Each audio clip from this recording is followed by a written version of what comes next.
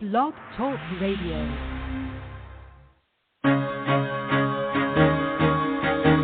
Carol the Coach. Sex, love, and relationships. We talk about it here. Carol the Coach. Compassion with contemporary relevance. I am a psychotherapist. I can be your personal life coach, and I can help you with your issues. There are no problems too small or too big. You can talk about anything. Speaker, columnist, radio TV host, and commentator.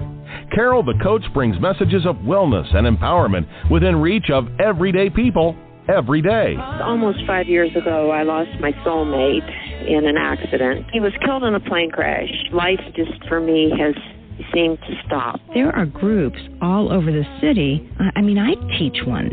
It is a specific way to start thinking so that you shift how you see the world, which then shifts your energy, and then you feel better and you actually see things differently. Carol the Coach.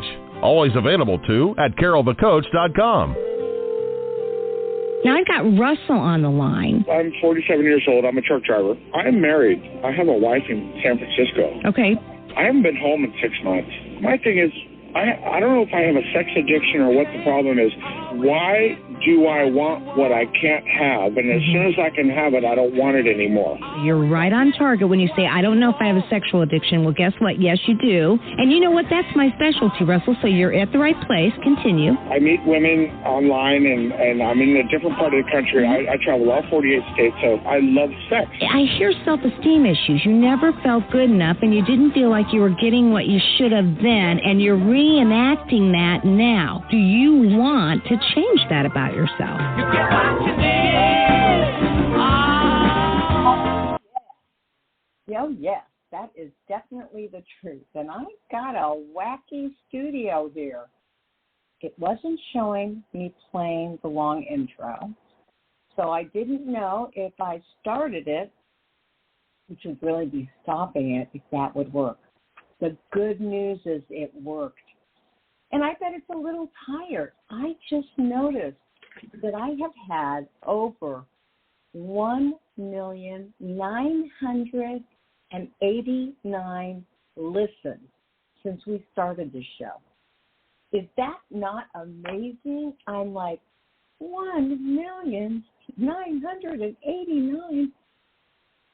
So I am always honored and really blessed when I get to kind of hang with you and educate you and inform you and share my own stories, my clients' stories, my consultee stories. I mean, it truly is a blessing.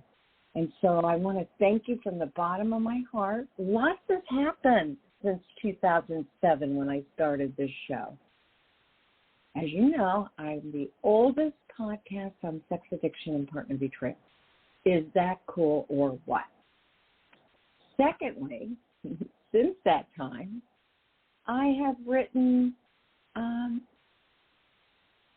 Sexual Wisdom from the Masters, where I compiled so many of these shows. And I have that available. If you're interested, send me, if you would, an email to carol@carolthecoach.com, and I will tell you how you can get that. It's got some amazing folks. And then, of course, I wrote Help Her Heal, an empathy workbook to help sex addicts to help their partners heal.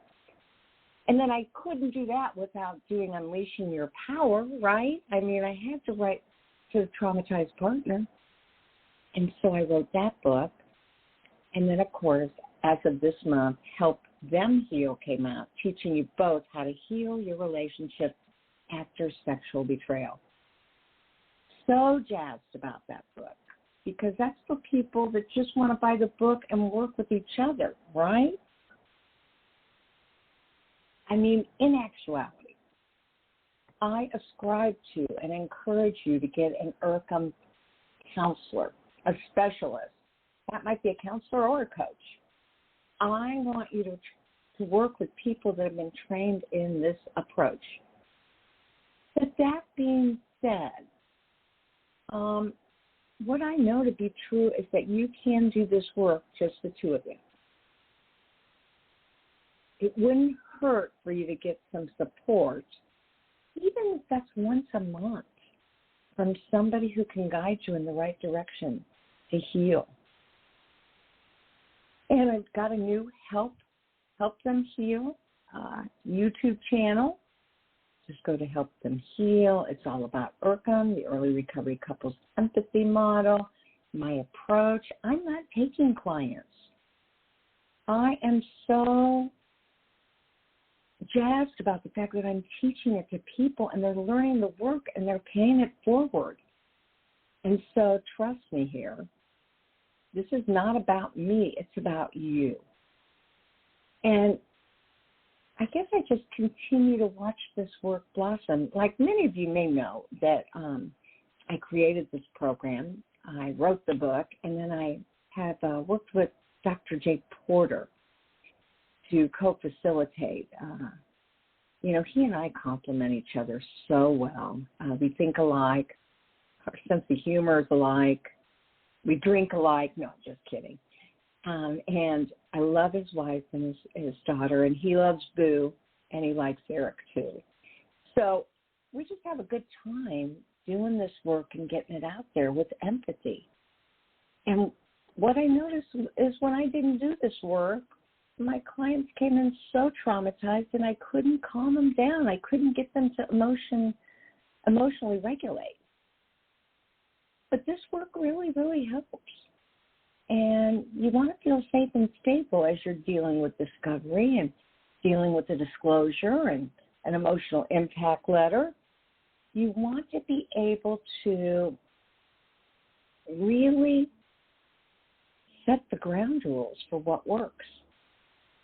And I promise you this work does. So that's just my spiel. I want you to know about it.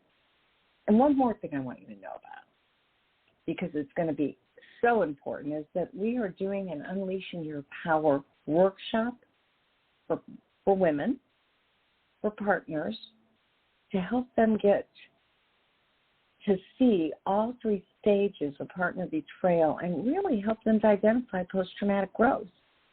Yes, we can do this in 5 days. I remember when Patrick Carnes said to me, "You can do the 12 steps in an afternoon, Carol." And I said, "But not very well, Patrick." And he said, "Well, the truth is we advise people to go through it in a day and then go back and do it again, right?" And so Heidi Kinsella and I have put together this workshop to help partners to heal. And we want you to come. She's doing a workshop right this weekend, and she's sending me the most incredible pictures. She lives in this glorious retreat center. I mean, that's her home. She has a gazebo. She has a horse farm. She's doing equine therapy, sound bathing. I mean, we are going to do it all. We are going to nurture you. And it's super affordable considering how much an intensive would cost. So if you're interested, you can email me at carol@carolthecoach.com, or you can go to Heidi Kinsella's website, that's KINISELLA, and sign up or give her a call. And I'm looking up the dates. I want to say it's August 4th. You would think I would have this, wouldn't you? Yeah, it's August 4th, 5th, 6th, 7th, and we end at noon on the 8th. It's in Washington. I'm flying out there to be with you, and I'd like for you to fly out to be with me too. I am co-facilitating it. It is the only workshop that I'll probably be co-facilitating. I want her to get the gist of my work. It sounds like she's already got it. She's doing amazing work. And I just think it's a special treat when you can work with an author, to be honest. Right before COVID, I was going out to Italy to do not only a book signing, but I was going to do a 5-day workshop on Help Her Heal with partners. And I was so jazzed. I had a commercial. It was going to be amazing. And then, unfortunately, COVID hit, and I didn't get to go. And I've never been to Europe.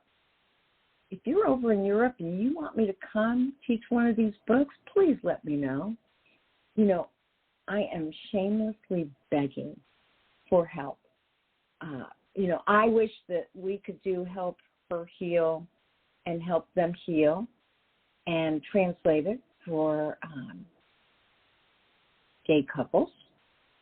But I need them to help support me financially in getting that done. You know, I just can't do it all, but I want these books to do it all. I just finalized a contract where we're going to be doing Unleashing Your Power in Spanish. How exciting is that? I mean, that's what we got to do. We got to reach the masses.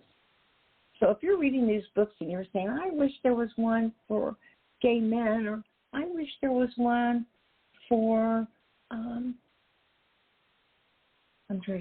for Italians, just help me figure it out.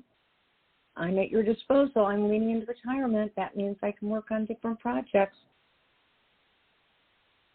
And again, I am so excited that is what retirement has afforded me. I'm really not taking clients. I'm consulting right now. But truly, what I am doing, I am doing my best to make a difference in the world.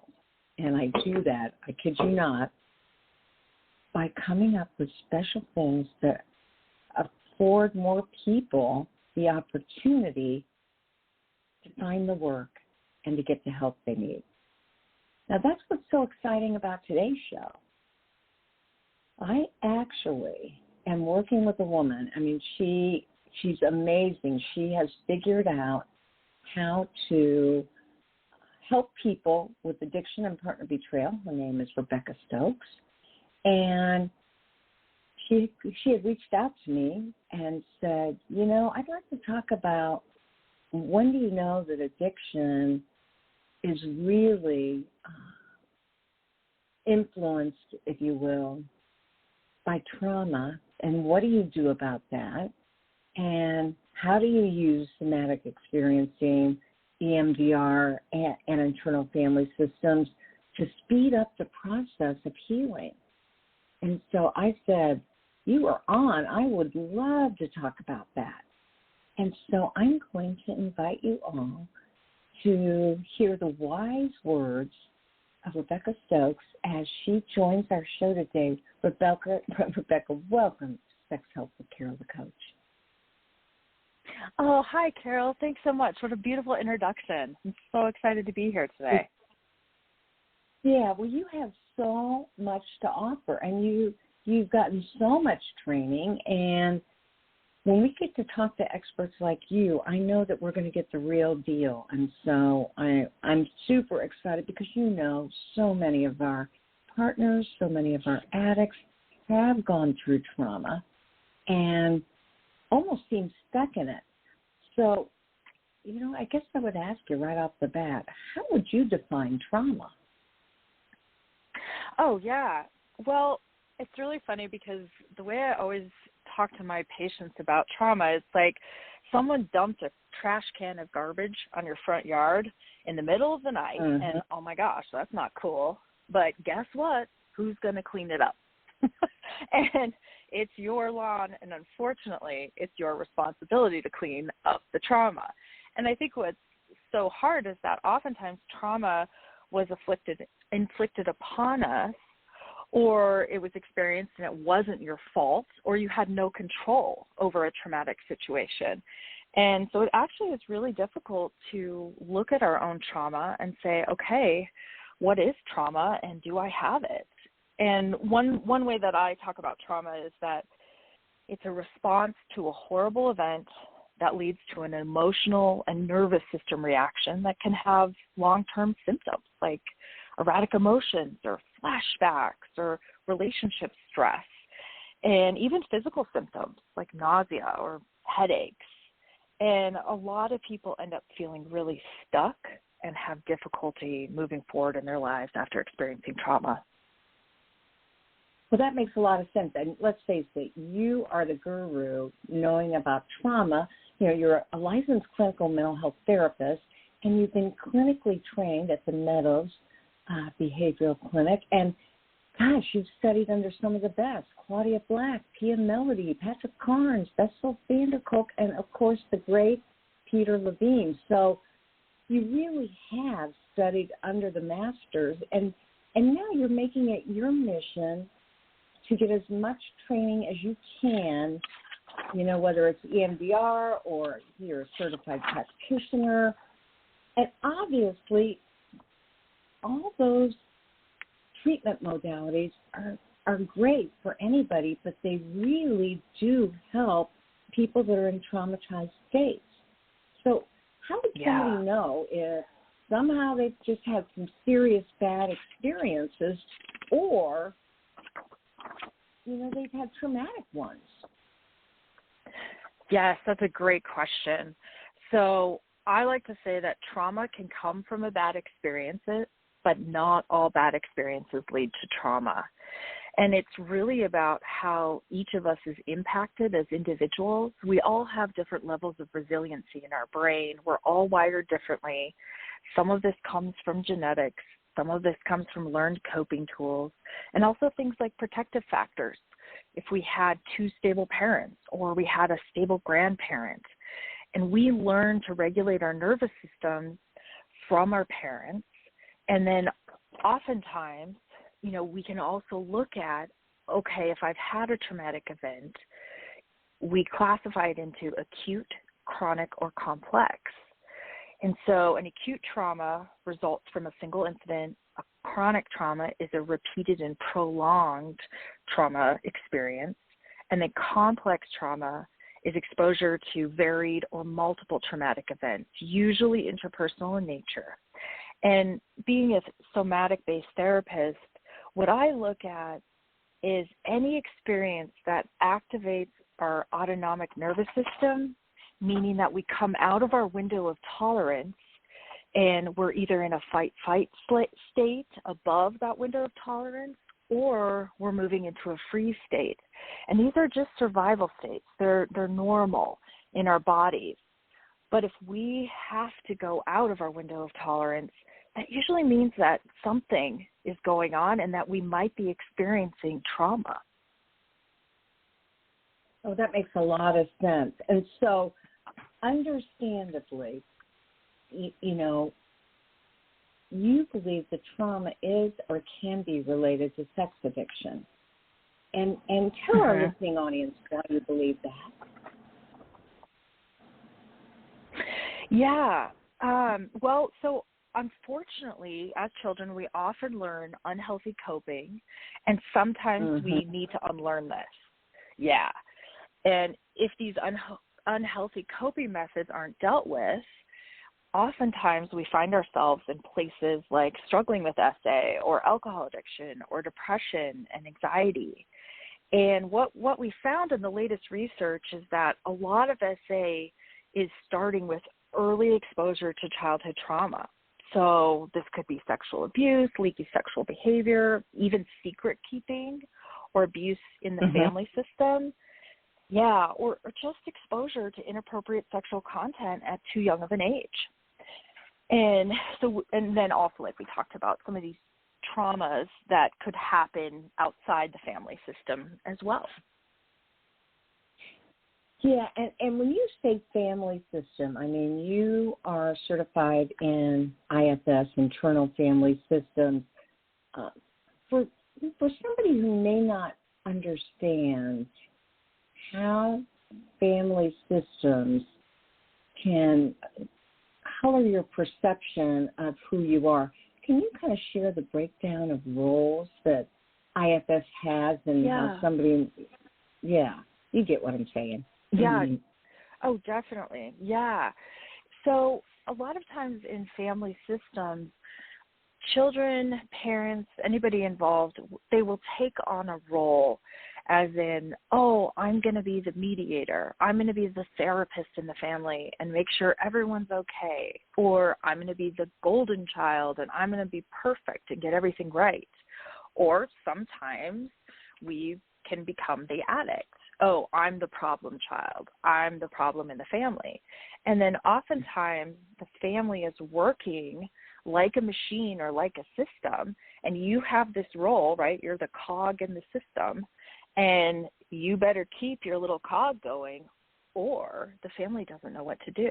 And so when we're going through something like recovery, oftentimes it is really hard to work within our family system because our family's used to us having a role, and now we're not in that role anymore.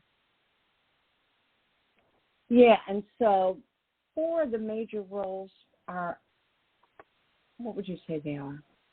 You know, we hear so much about the rescuer or the scapegoat, and those are all out of Alcoholics Anonymous and that work. Mhm. Yeah, and there's a list of roles, and you know, some kids will switch roles from a younger age to, you know, in their teenager, like let's say they're good and perfect when they're 8 and then something traumatic happens, like let's say there's a death in the family and maybe that kid becomes the rebel when they're 13. And so these roles are oftentimes a way that the family identifies, oh, this is your role, you're the scapegoat, or you're the perfect golden child. And, you know, I'd say the most popular that end up showing up are a mediator role. A lot of times I see that scapegoat role. Sometimes we have the problem child or addict role, a golden child. And then there also is the forgotten child, that lost child. Oh, yeah, absolutely. And so you don't believe in treating the client from just one perspective. I mean, you're able to provide trauma relief through a variety of resources. Now, how does your gut access if you believe somebody would benefit from trauma treatment? Yeah. Well, one of the things that I look at is addiction is often a response to trauma and stress, and it's a way we escape difficult feelings, situations, behavior. Sometimes I describe addiction as a coping tool gone awry, meaning we're overusing the tool to the point where it's unhealthy and it's causing distress and impairment in our lives.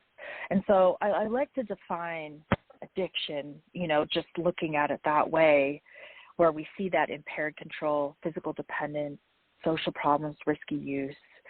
And then I also look at, okay, let's see if there's some trauma in here. And, you know, really just asking, have you experienced trauma? Maybe one traumatic experience or a series of bad experiences. And then from a clinical standpoint, we look at intrusive symptoms, which could be a return of a depressing memory, maybe dissociative reactions like flashbacks, any kind of psychological distress that shows up. We also look at avoidance of stimuli associated with a traumatic event. So this could be avoiding thoughts or feelings, and that could be, you know, an acting out pattern with SA, or avoidance of external reminders like people and places. And then we do get into this idea of negative cognitions and moods. So really looking at, you know, if you're feeling a negative belief about self, like I'm a bad person or I can't trust anyone, and then negative emotional states related to this. And then the last thing that we use to classify post-traumatic stress disorder, or the reaction to a traumatic event, is arousal and activity associated with that traumatic event. And this could be irritable behavior, anger outbursts, maybe even reckless behavior or self-destructive behavior. And then some people do experience focus and concentration problems or sleep issues related to this traumatic event. And so I really talk to my patients about, hey, are you experiencing any of these symptoms related to a past trauma? And really try to talk to them about what's going on. Well, I get that. And, you know, you talk about bottom-up approaches versus top-down. And so explain that concept of why you believe that the bottom-up approaches actually work better for treating trauma. Yeah. So, I mean, CBT is a tried and true modality. It's awesome. It has great efficacy. I use CBT in my practice. However, a lot of the research is showing that these bottom-up approaches, which means that it's a body-based approach where we're working within the nervous system and the body to heal trauma, these approaches are having really good long-term reduction of trauma symptoms that are lasting for years. And this is some newer follow-up treatment research that's been done when using EMDR, SE, and some of these somatic modalities that are working within the nervous system and treating trauma in what I would call a more integrated whole system method. Well, I get that. And you know, obviously these bottom-up techniques have been researched by, again, so many of the great theorists that did research to prove that they indeed do work. And so somatic experiencing, I'd like for you to tell our listening audience, give us some examples of what that looks like. Yeah. Well, and before I go into this, let me paint a picture here. So when we're working in the nervous system, a lot of times what I tell my patients is, okay, let's think of the Serengeti, right? Beautiful day on the Serengeti. There's a herd of gazelles. They're eating some grass. They're drinking some water. They're doing gazelle things, right? Life is good. Mm-hmm.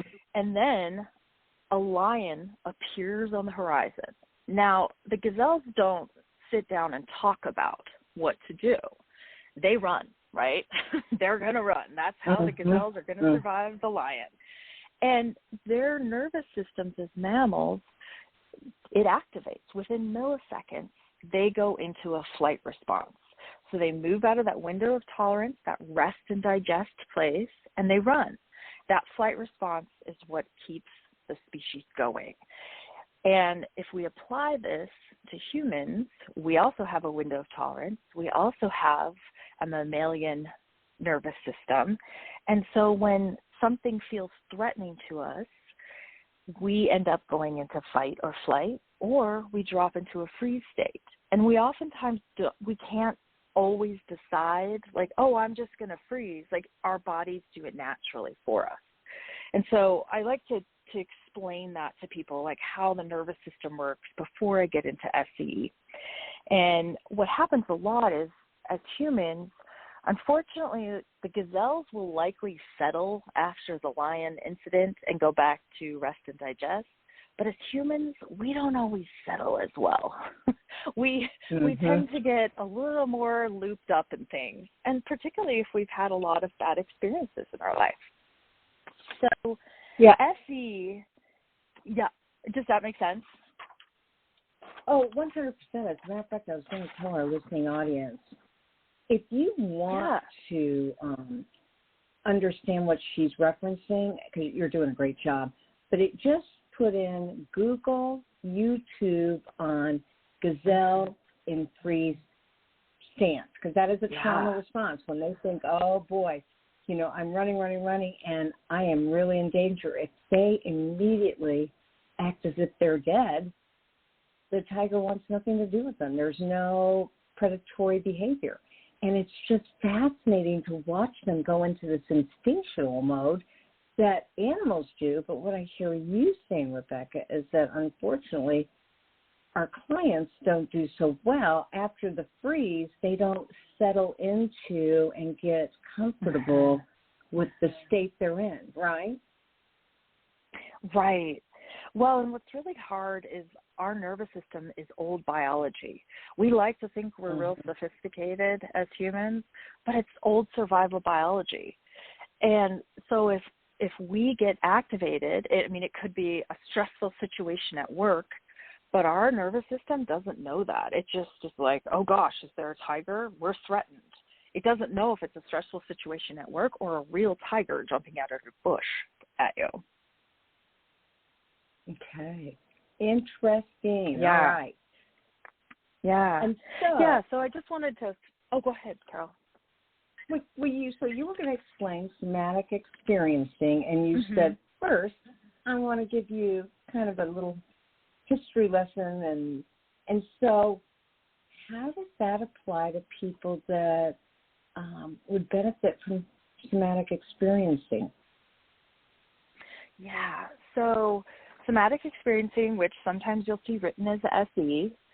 And this is a body-focused therapy that's designed to reduce stress in the nervous system. So it helps the body regain balance in the body and brain systems together. And the idea is to diminish distressing emotions, feelings, and negative thoughts surrounding past traumatic experiences. And as an SE therapist, I work in different channels in the body where trauma can be stored. So it's not just that top-up approach of talking. The idea is that we're going in to find out, okay, is this trauma stored in sensations, images, behaviors, felt sense affect in the body? Is there meaning coming with this traumatic experience? And specifically, you know, I work with individuals and help them move through the negative event and, in a way, reprogram the mind and body to experience and tolerate the event differently. Yeah, that makes a lot of sense. You know, when I work with partners and they're in the midst of a disclosure and they've just heard some really difficult information, we will get up and walk. And when they're walking, I'm saying, take it off, shake your hands, you know, do what you need to do to release that energy so that we're going to be ready to hear the rest of the stuff. And literally, they do. They somatically release that energy so that they feel like they're ready for some more. And there are so many different ways that we can resource our clients. I know another way to really resource them is I learned this from Chiruno Stefan, you know, the somatic experience man doctor at Pine Grove. No, it was Gentle Path. Did you know Chiruno? Yeah. I don't think so. He was a master at getting you to either remember somebody that could really sit in your pocket or on your shoulder and be that encourager so that you didn't feel so alone, or if you didn't have somebody like that, and sometimes our clients don't, he would have people create their ideal support person. And that in itself was so valuable for people who really wanted to change their perspective and not feel so all alone. So I love that you're doing this work, and you're known as an SEP, a Somatic Experiencing Certified Practitioner. Now, most people know what EMDR is in today's world, but can you share a little bit about how you found EMDR to be helpful with trauma?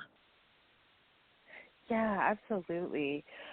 So EMDR has a really great research history that's coming along with it, and I think this is really awesome for our field. So EMDR works on releasing trauma that's stored in the brain and body, like SE. However, the treatment therapy employs cycles of bilateral stimulation to the left and right hemispheres of the brain. Yeah, and this could look like bilateral eye movements with a light bar, audio tones, or hand buzzers.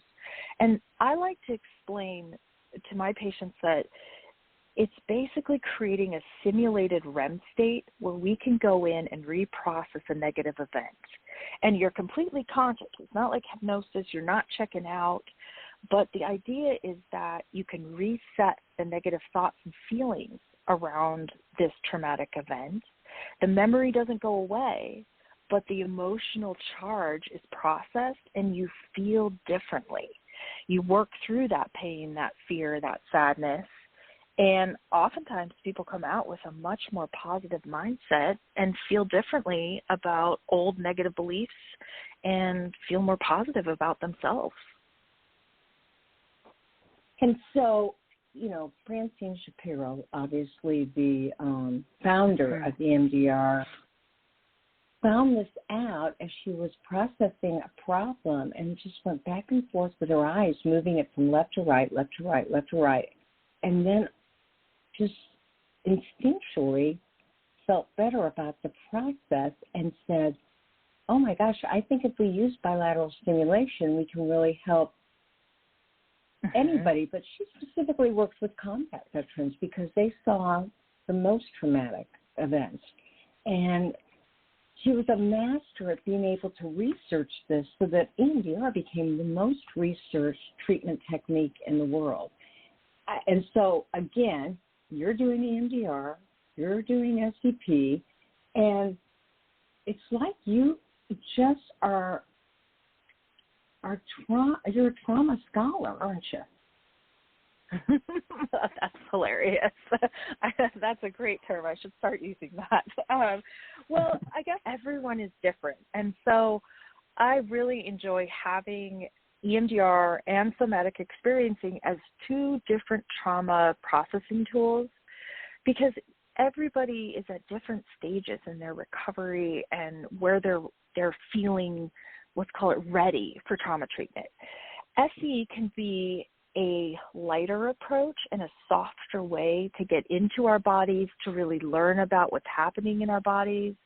And frequently I start patients with SE and then move into EMDR because EMDR, we need a little bit of emotional regulation. We need some skills oftentimes when going into EMDR. And it's not to say that you can't start with EMDR. Some people can, but it really does help if we're aware of our bodies when we go into EMDR. Yeah, I hear that totally. Let me remind my listening audience that we're talking with Rebecca Stokes. And if you're interested in working with her, obviously she's a clinician, so you would have to be available in the state that she works. And is that Arizona? Where are you I'm actually now? in Montana now. Yeah, I'm in Montana now. I moved up from Arizona, quite the switch. Yeah. Okay, well, she can be reached at www.rebecca, and that is spelled REBECCA at STOKES, Stokes.com. And that's your author website. So can you share with us a little bit about the projects that you've been working on? Yeah, I just recently have been working on coming back into more journalistic pursuits. I was a journalist before I moved into the therapy world and got my graduate degree, and have been coming back to doing more writing, starting to do some more work around sharing what we know in this field with everybody. Sometimes I think there aren't enough of us out there, like you, Carol, who we're working on conveying information, letting people know, hey, we know some stuff. We know some things that can help you. Well, that is incredible. And truly, if they go to your website, they can access different things that you've written in a variety, actually, of periodicals. And I know it's wanting me to sign up right now, but you really have written for Winter Dance, and you've done a great job of getting out there. And what is this Wasatch Journal? What is that? Oh, that was it used to be this great publication in the state of Utah about outdoor adventures in Utah. And so it was about, I wrote an article for them about doing a long travel trip down in southern Utah and what that experience was like.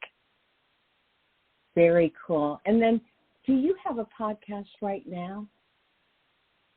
I don't. I've been working on doing more with getting back into speaking and presenting.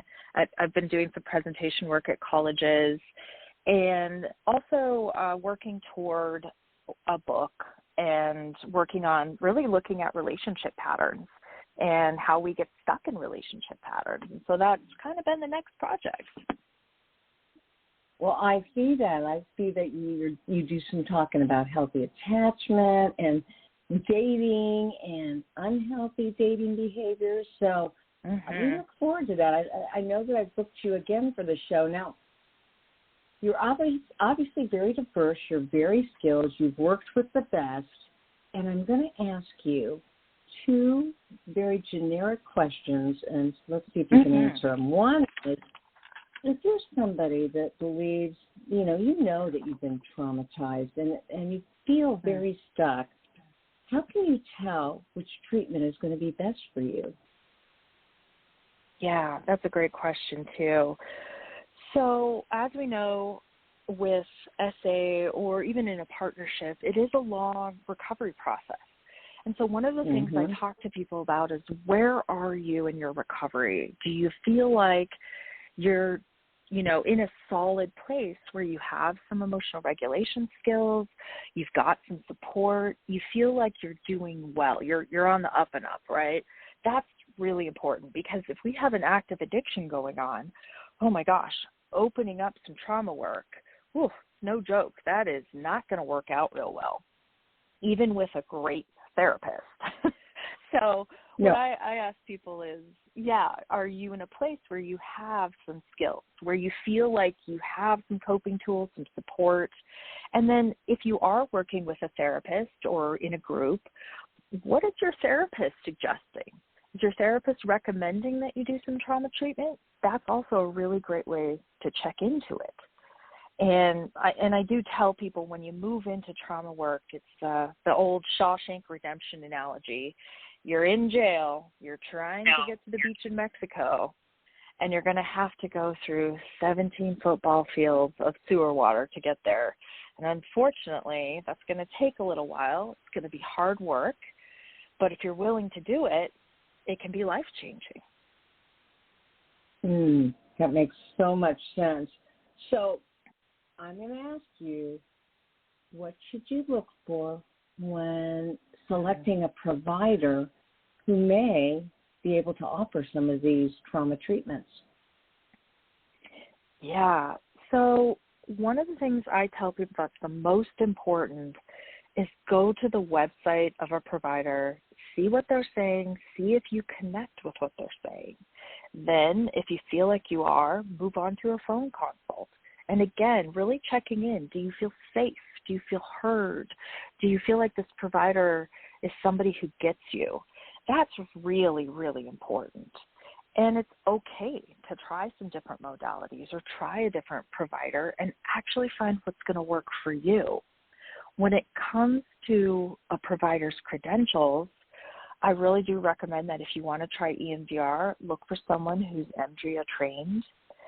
And if you want to do somatic experiencing, look for a somatic experiencing practitioner.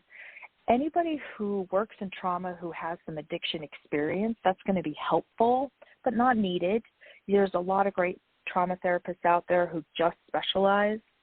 And then, of course, a CSAT, a certified sex addiction therapist, that's a winning combo if you can find somebody who's, up on the latest in the world of the CSATs. Oh, exactly. You said that so well. So anything else you want to leave us with as we wrap this show up? Again, they can reach you by going to www.RebeccaStokes.com. But what would you say to our listening audience as you kind of wrap up the show? Gosh, I think it's so wonderful that we're having these conversations now about trauma and about addiction, and we're really trying to put it out there that, hey, this is happening to a lot of people.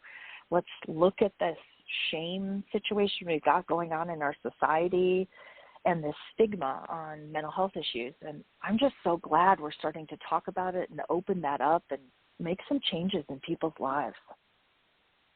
Oh, Rebecca Stokes, well, thank you so much. I look forward to having you back on the show.